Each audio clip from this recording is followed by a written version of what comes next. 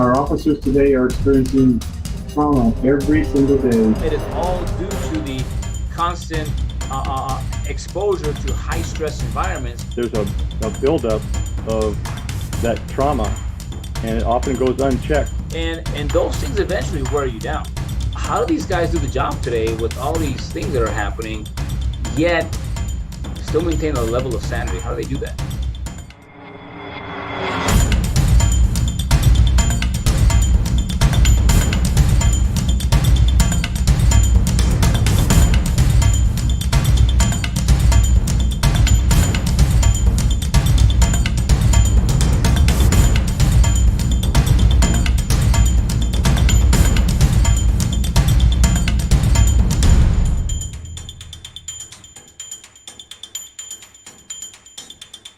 Good day, Lou Pimber here with Lou Pimber Speaks. I have a very special guest today. He is a retired Los Angeles County Sheriff's Department deputy, and I believe, and we're going to get into kind of what his career was, but he was there quite a long time. And he's one of the representatives, a volunteer representative with an organization called COPLINE. COPLINE, and their website is COPLINE.com, I believe it is, and their number is 800 COPLINE, COPLINE. I want to thank you for your time, Chuck. This is Chuck Stringham, a 34-year veteran. Is that correct, Chuck? Yes, that's correct. 34 years. And, I can't but notice right behind you, I was going to show my medals for my runs, but I mean, I have like 3 or 4 over there. Are you a runner? Actually, those are my wife's medals. Okay. So you're just, okay, I see how it is. So you're just kind of borrowing them. Mine are down the wall. You're down the wall. Right on, man. Yeah. So right on. So you were with the LA Sheriff's Department for some time now, right? How many years were you there? I was with the Sheriff's Department for 34 years, and I retired as a division chief. Wow. Okay. So you moved up on the ranks and pretty good then. Yes, I did. How many years did you do initially? You guys do the jail first, right? Yeah, I started in 1982. Went to the jail for a year and a half. Okay. And then, after the jail, I started going to school, college. I went to court services for a while, and then I went to patrol at an industry sheriff station. And what station was that again? Industry sheriff station near La Puente. Near La Puente. Okay, got it. And so but before that, I heard you were an Army MP. Is that correct? Yes, I was in the Army from 1978 to 1981 in the Military Police Corps. Right on, man. Look, I heard it from a very reliable source that you were an MP, and from that, after you transitioned out of the Army, you went into law enforcement. So I thank you for your service, man. I really appreciate that. You're welcome. So now you a native to the LA area, or where are you from originally? Yes, I actually grew up in the La Puente area. Okay, right on. So tell me about your law enforcement career and why law enforcement? What drove you to law enforcement? Probably since the age of 16, I had a calling on my heart to give back to the community and to law enforcement. When I turned 18 and graduated high school, obviously I wasn't old enough to get into an academy, so I joined the military. And as soon as I got out, I started applying at different law enforcement agencies. And it took me about 7-8 months to get hired, but well worth the wait. Right on, man. Right on. And so you worked the jail for a little while, then you worked the La Puente area for a while. Yes, I worked the jail for a little over a year and a half. And then I went to be a bailiff for a year and a half, and then I went out to patrol. Got it. So LA Sheriff's Department is known for, and I guess other sheriff's agencies as well, where you have to work the jail for a couple of years, right? Yes. And then you can choose to go to do court security type of detail, and then you get out and work patrol. You can either go straight to patrol from custody, or in my case, I still needed extra time out to work shift work while I was going to school. Got it. And so you went into on patrol. How many years were you on patrol? I was in patrol for 4 years.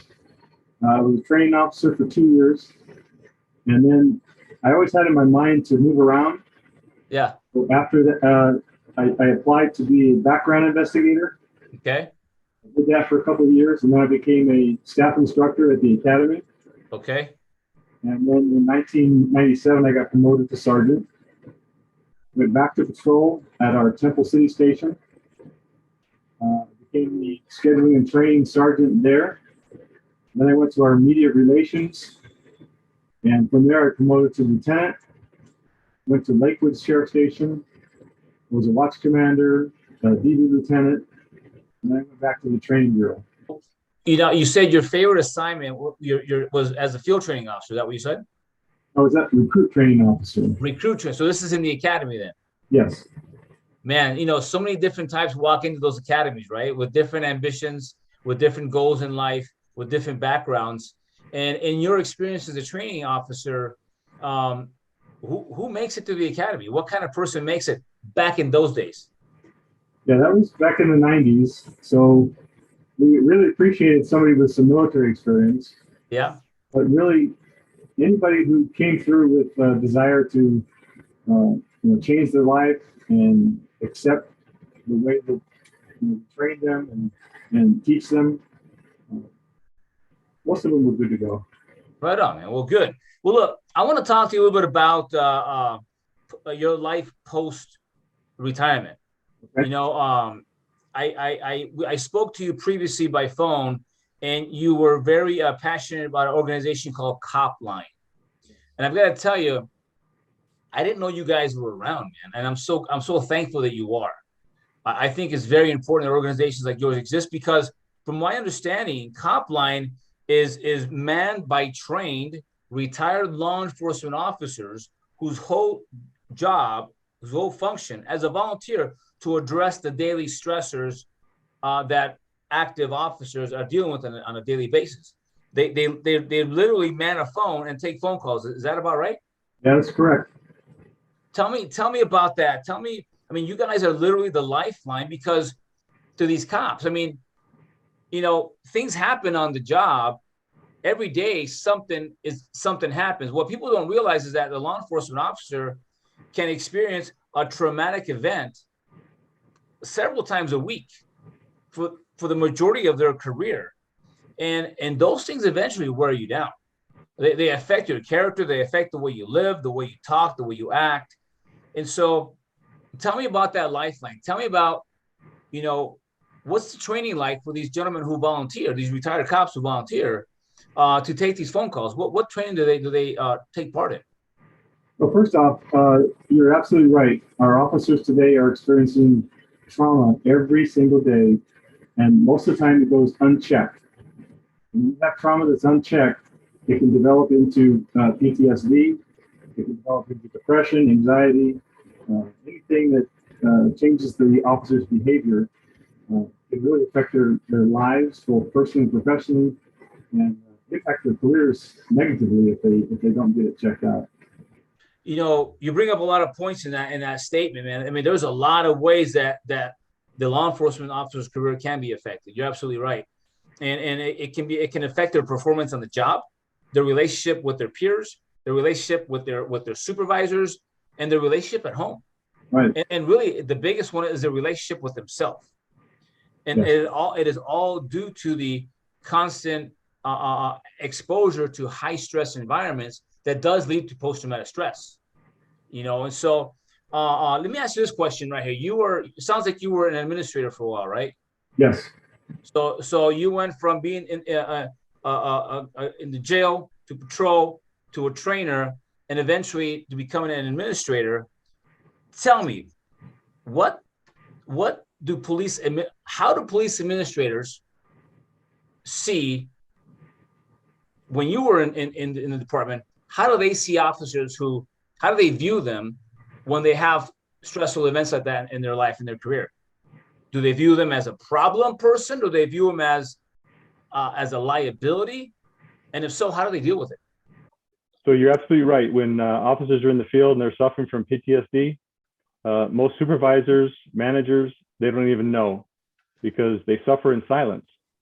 And many times there's a buildup of that trauma, and it often goes unchecked for a long time. And the results are they either explode on the job, which results in fights, use of force, or they wait till they get home and take it out on their family, their wife and kids. So it's never any good. And I guess I'll ask the question in a different way. Why don't police just report it? Is it because there's no resources, or is it the stigma you referenced? I believe the majority of it is a stigma attached to their peers would say, "Oh, you can't handle it." Yeah. And so they just suffer in silence. Now, there is a lack of resources on smaller departments. I know the sheriff's department in LA, they had a whole bureau related to psychological services. Mm-hmm. But, the average police department in the United States is 7 to 12 people, and they don't have the resources within their city or within their departments to have employee assistance programs or even peer-to-peer counseling. So it goes unchecked. And so COPLINE kind of can serve as that friend, that COPLINE. They can call and process issues. Absolutely. Now, you talk about some of the internal emotional and psychological struggles that law enforcement officers experience that often go unnoticed. What are those? In your experience, being with COPLINE, what are some of those emotional struggles, psychological struggles that our law enforcement officers experience that have been shared with you? Oftentimes when they internalize their trauma, their stress, it results in drinking, promiscuous behavior. It can even lead to drug use. It can lead to domestic violence. It can lead to overzealous policing. So a lot of those things that I just mentioned, I hear those types of things being told to me when I'm answering the calls. Right. And so when officers call, this is an anonymous phone call they can make, and you guys can help them out and kind of process those issues with them. Yes, everything's anonymous, everything's confidential. We don't know their phone number. I ask them if they want to give me a name. I don't know if it's true or not, but just something I can call them while we're talking. I give them my name. Yeah. Very good. Now, one of the things though that also often goes unnoticed is their families also struggle. Would you agree? Yes, absolutely. A lot of times a police officer who's talking to me, he says, my wife can't take it anymore. She's ready to leave me, or she has left, or they've been divorced for years because his PTSD behavior or his depression or his anxiety, it just levels a whole different relationship within the family dynamics that they just can't handle. I've often, and I've read it in different books and my own experiences, referred to this post-traumatic stress as like the devil being in the room with you. It's like it's literally a thief in the night. It's a thief that just robs you of happiness. It robs you of having to enjoy those moments with your family. It often robs you of just really enjoying your career, and sometimes it robs you of your career. Right. Now, what are some of these early signs and symptoms that police officers, law enforcement officers should really look for when trying to be aware of post-traumatic stress? Well, if you're a supervisor or a manager and you have real close ties with your deputies or officers in the field, you're looking real closely at their behavior, because that's the first thing that's gonna show that something's wrong. So you might have an officer or a deputy who's really strong with the community and the public, and they have no uses of force that are out of bounds or out of policy, and suddenly they're putting in a couple extra licks, or they're engaging in that pursuit that they really shouldn't be, or they're engaging with the community in harsh tones and really ratcheting up their communications. Police work is hard in and of itself. It is. People act in interesting ways when their liberty is at stake. An officer, a police officer, has to be a diplomat, a counselor, has to grieve with people, and sometimes he has to take them into custody, and sometimes it can be bad, it can be ugly, and so where do you draw the line? Like, especially today, there are so many police-related issues, whether it's police-related suicide, violence against police officers. How do these guys do the job today with all these things that are happening, yet still maintain a level of sanity? How do they do that? That's a great question. Many of the guys, the officers that call, that's one of their biggest struggles. They complain that the perception of them from the community is bad. There's no support. A lot of communities are taking away a lot of their rights, like qualified immunity, and so that places a huge stress on their lives, and they bottle it up. And then, I thank God that they call us, because they have a little place to release it. Now, let's kind of go through a day in the life of a cop, okay? You have different phases of policing, right? You're that rookie, the perception of what you see out there as a rookie officer, right? Dealing with the public. What does that look like so that for people who've never been in law enforcement or who've never seen the world through the eyes of a law enforcement officer, what does it look like to a rookie officer who's been on the job maybe less than 5 years? What does it look like to them? Well, I would imagine, from day one, there's a lot of stress and maybe some fear about going out there and engaging the community. Today, you don't know what's coming around the corner. You don't know who's got a video camera on you. Back in my time in the 80s, when I was on patrol, we had respect. We'd walk up on a group and they would immediately, turn around and address us as sir. And today, they just soon pick a fight with you than do what you ask them to do. True. So now this officer is in year 5, 6, 7, 8, 9, 10 of his career. What's it like for him or her now? The new guy, everything's cool. This is a great job. My uniform's sharp. I love my job. I love my boss. The people are great. I'm here to serve and protect, sir. And then now year 5, 6, 7, 8, 9, 10 come along. What's it like for them now? Because remember, they've seen a lot of stuff now. They're a year, 5. Well, cynicism starts to sit in, right? Where they believe that their efforts aren't helping at all. They've seen all this death and destruction and mayhem and family violence and family dynamics that aren't working.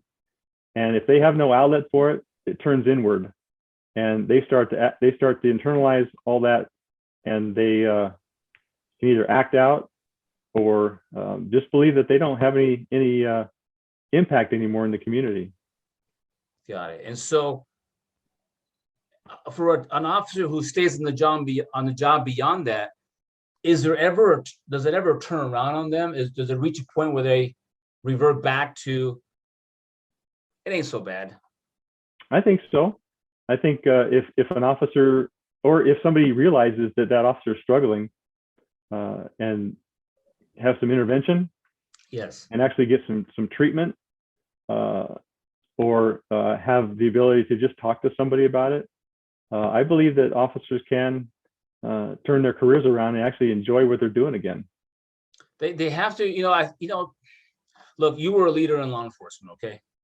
And you were a commander, right? Do you think that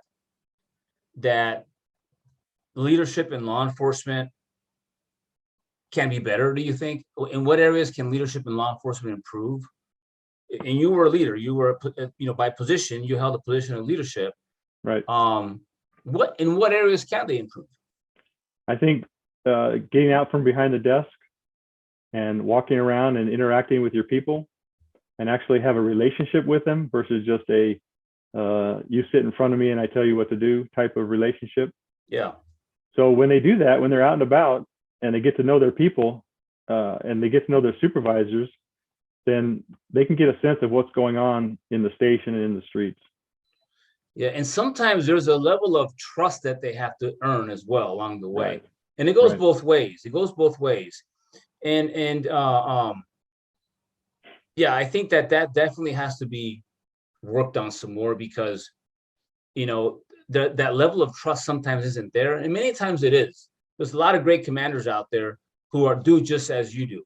There's a book called Lincoln on Leadership, where he talks just about that. He goes, get out there amongst the troops, and work with them, and then you mentioned setting up having relationships with your troops, different levels of leadership. One is by position, two is by relationship, so I think if commanders remember that, I think that communication between the field guys and the commanders, I think might improve. Don't you think?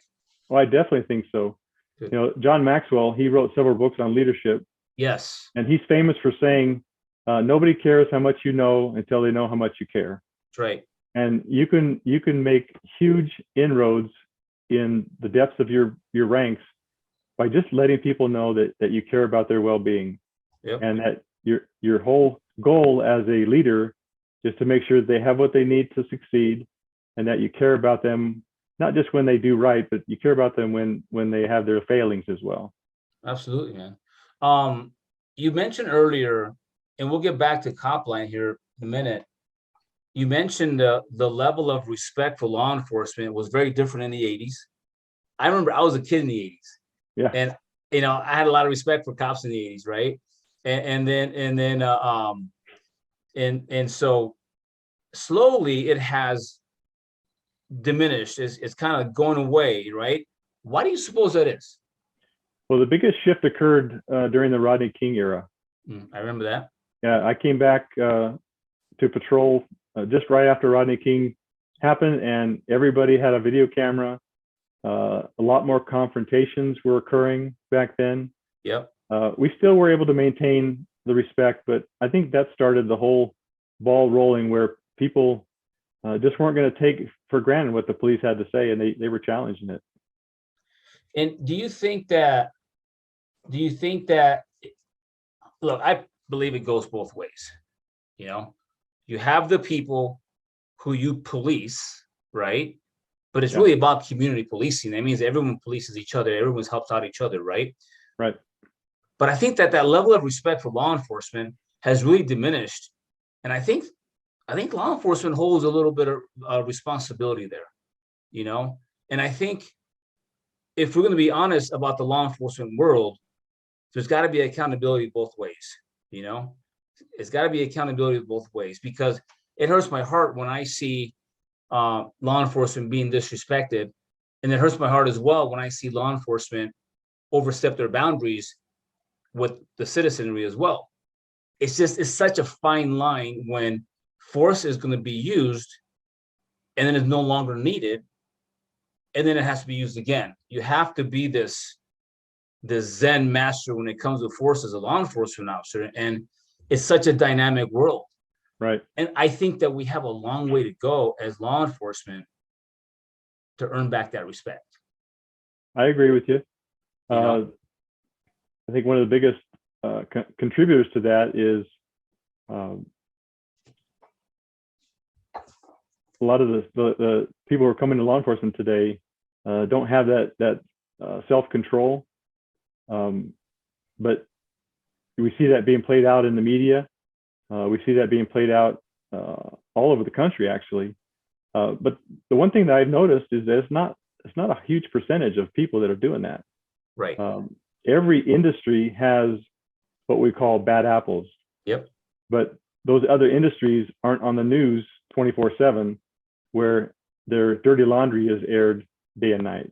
Yep. So it's a percentage game as far as I'm concerned. Maybe 1 to 2% of the over 400,000, 500,000 police officers in the country. Everybody else is doing it right. They are. And every day police interact with people, and it's a positive meet, a positive encounter. Every single day, there's thousands of them. But unfortunately, those don't make the media. Nobody reports those, or very, very, very few of those get reported. And you're absolutely right. It's that 1, maybe 2%, who knows, that are really making it bad for everybody else. And I'm talking about the guys who do their job, work hard, go through these everyday emotional, psychological struggles, but thankfully there's an organization like the one you're part of called COPLINE. And by the way, how did COPLINE, how did it start? Who founded it? Who started it? Our founder and director is Stephanie Samuels. She's a licensed clinical therapist. Okay. And all of her clients throughout her practice are law enforcement officers, both active and retired. So she noticed through her practice that there was no outlet for people who weren't up to the point where they needed therapy, but needed someone to talk to. And other hotlines didn't meet the need because most cops only want to talk to cops. They trust them. They've been there. They know when they say something that it's an immediate recognition of, oh yeah, I know what you're talking about. I've done the same thing. So she created COPLINE, and for the beginning, it was just her answering the phone. Wow. There wasn't a lot of calls back then, but as the word got out, she had to start creating training classes. So the first big training class for retired law enforcement was back in 2017. And that started the ball rolling, where people who are interested in joining COPLINE, they have to go to the website and fill out a questionnaire, which kind of debuts their experience. Yeah. And what's the website, please? It's www.copline.org. .org. Got it. Yeah. And it's a 501c3, right? Exactly. Perfect. Yeah. And so she started this on her own in 2017, taking phone calls. Have they documented how many calls they've taken since inception? It's got to be in the thousands, 100, maybe. Well, we do about 300 a month. Wow.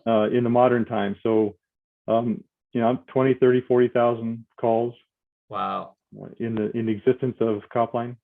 How does one become a volunteer? How does one become a part of COPLINE? So you have to be retired. Okay.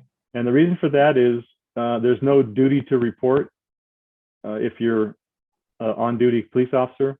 Right.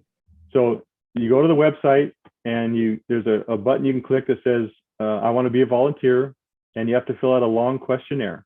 Mm-hmm. And then the director gets that questionnaire, she goes over it, and she'll call you and go over the questionnaire with you, just to make sure that number one, you understand what you're getting into, and that she can determine if you're a good fit for COPLINE. Got it. And once that happens, she refers the name over to another person who will contact the volunteer candidate and offer them a training date. Say, we have training, these next trainings coming up. Would you be willing to go to this one, or this one? And they can either say, yeah, sign me up for that one, or I need to wait till one's closer to home or at a more opportune time. And you have these across the country. And how long is the course? The course is 40 hours. In fact, our next training is in January in Tucson. Okay. And then the one after that is Chicago, and then New Jersey. What are the dates for the Tucson class? Tucson class is January 19th through the 23rd. Okay. And right now we have a pretty full class. Some people will drop out, but now we have a full class, and we're looking forward to training those new listeners to add to our about 110 listeners we have right now. So incredible. We hope to add 30 more to that. And it's a 40-hour class, you said, right? And it's and it's who does the training? The training was developed by a LAPD psychologist. So he put the training together, and he has a couple of guest lecturers as well. I'm one of the lecturers for one of the sections of the class. But it's 40 hours, and then we do 6 role-playing sessions that are very intense, where we try to simulate a call and guide and direct and lead the new volunteer listener into how they should think about handling the call. And the type of calls you guys get, is it like, hey man, look, this is it. I'm gonna shoot myself, or hey, I'm having a bad day, or my wife's gonna leave me, or what kind of calls do you guys get?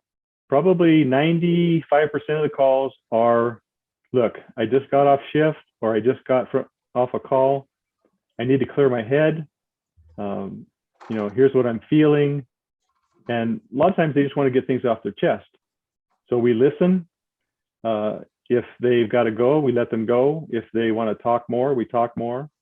We have vetted resources of qualified therapists, AA meetings, and we can refer them to somebody in their area if it gets that far that they feel they need someone to talk to beyond the listener. Can retired police call you as well, or is it all active? Active, retired, and we also offer the service for their families. Oh, excellent. So wives can call. A wife, a husband, a sons father. and daughters. Yeah. That's great. We listen to them as well. Man, I really hope that this continues to be a success and you guys reach out to a lot of people. You know, it breaks my heart every time I hear of police suicide. I've had personal friends of mine who have gone down that road. I've seen it happen in front of me. You know, I've had my own issues post law enforcement as well. I was on the site COPLINE.org. I looked at some of the books you guys recommend. My friend Kevin Gilmartin was on there. You know, yeah. Everybody knows Kevin Gilmartin. I've had some conversations with Kevin Gilmartin. You have another book there on killing by Lieutenant Colonel Grossman. Right. I got to meet him as well. Matter of fact, he sent me a book not too long ago, a couple years ago, actually. You guys have some great resources. I think what you guys doing is incredible. My hat's off to the lady who initiated the program, and my hat's off to guys like you who still want to serve your community with what you guys do. It's a much needed resources. It's a much needed resource. Look, police have a tough job as it is. A few bad apples making everybody look bad on and off duty. But we have to reach out to everybody, you know, and I appreciate you guys being there. Once again, your website is coplink.org, correct? COPLINE. COPLINE.org, COPLINE.org. And the number is 1-800-COPLINE. Yes. COPLINE. And people can donate on there as well, right? Make donations. This is a 501c3 run by volunteers, everything. Yeah, nobody in the organization, from the director to the accountant to the board of directors to the trainers to the other volunteer staff, we get no salary, which keeps it really clean that way. So yeah. It's a true volunteer effort. So yeah, it's a 501c3, and you can go on the website if you have a charitable giving strategy of your own, and donate a few dollars. It helps because the training is the one that costs us the most, because we don't charge the students. Okay. But we have materials that we need to develop and print out. Sometimes we have to rent classroom space. Yeah, of course. Sometimes we have to pay for food if there's not restaurants close by. So every little bit helps. We don't take grants because we don't want to get locked into reporting statistics to the government. So with COVID last year, we had to suspend some of our heavy duty fundraisers. Okay. So we're a little bit behind. So any little bit can help. But our biggest need is listeners. Listen, okay. If any of your audience is a retired police officer and they want to give back to the community that supported them and me for so long, we encourage you to go through and fill out the questionnaire and see if COPLINE's for you. Hey, I may have a volunteer for you already. Okay. Really sharp guy, experienced, and I'll make sure he reaches out to you. Okay. And so you guys can connect. Hopefully he's able to make it. Typically your class is how big when you do these classes? We hope for 25. 25, okay. But we'll do it for, one of our last classes was 9 people. Okay. But having 9 people is better than having none. And the next one is in January in Tucson. Is it like an 8 to 5 type of thing? 9 to 5 class? 8 to 5, yeah. 8 to 5. And then the next one is in Chicago, you said, or somewhere in Illinois? In Chicago. And mostly Chicago PD is gonna fill that class. Okay. And the next one after that is where? New Jersey. New Jersey. Okay. What are the dates for that? Haven't had the finalization on that class yet. And I'm sure they can go to the website and find out. Man, listen, Chuck, I appreciate your time. Thank you for hopping on. Thank you for being here for our officers. And I wish you all much success. May God continue to bless you and your family and the cops that serve in our community. I'm a big supporter of the Thin Blue Line, man. And I believe that we need more good guys out there to kind of keep out the bad guys. I agree. We need all the help we can get because there's a lot of officers out there suffering. That's right. Thank you, sir. I appreciate your time, sir. Was there anything else you wanted to add, sir? The only thing I wanted to add is that when I finish a call and a listener, caller says, hey, I feel better and I think I can go to sleep now, or I think I can go to work now. I think we've kept them alive for one more night. And I think that's what our goal should be. And I get a lot of personal satisfaction of when they tell me that they feel better. Right on, bro. May God continue to bless our police officers, men and women out there who work, and to serve our community. So thank you so much, Chuck. I appreciate you, and I'll be sure to make sure we share this information far and wide. Again, thank you so much, Chuck. I appreciate it. Thank you for highlighting what we do. Absolutely.